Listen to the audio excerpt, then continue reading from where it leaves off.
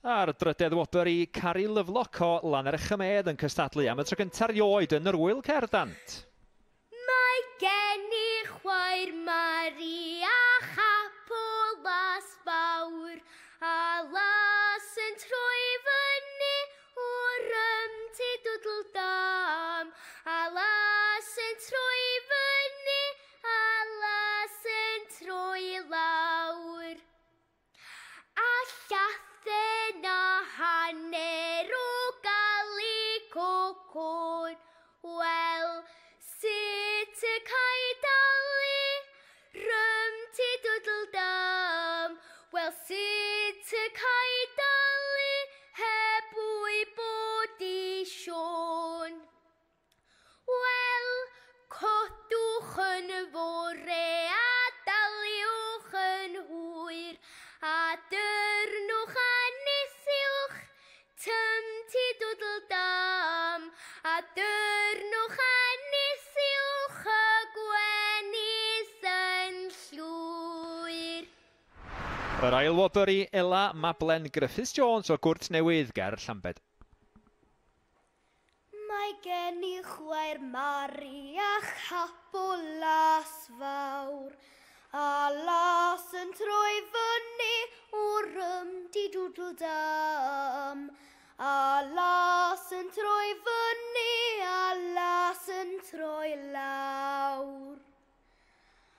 A llathen a hanner o gali cocon, wel, sut y cael dalu, rymdi dwdli dam, wel, sut y cael dalu, heb wybod i Sion.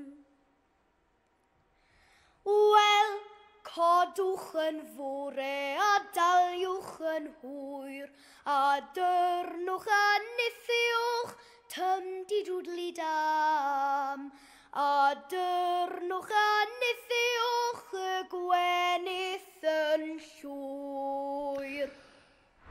Ac yn dathlu fo'r wobr gyntaf, Alwyn a Mai Rowen o Lan Llwni. Mae gen i chwaer Mari a chapolas fawr, a las yn troi fyny o'r ymti dwdl dam, a las yn troi fyny, a las yn troi lawr.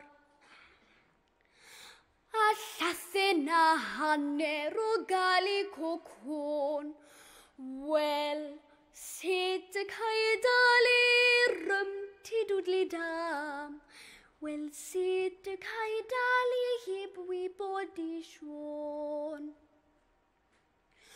Wel, codwch yn fore a daliwch yn hwyr, a dyrnwch a nithiwch, tymti dwdli dam, a dyrnwch a nithiwch y gwenith yn llwyr.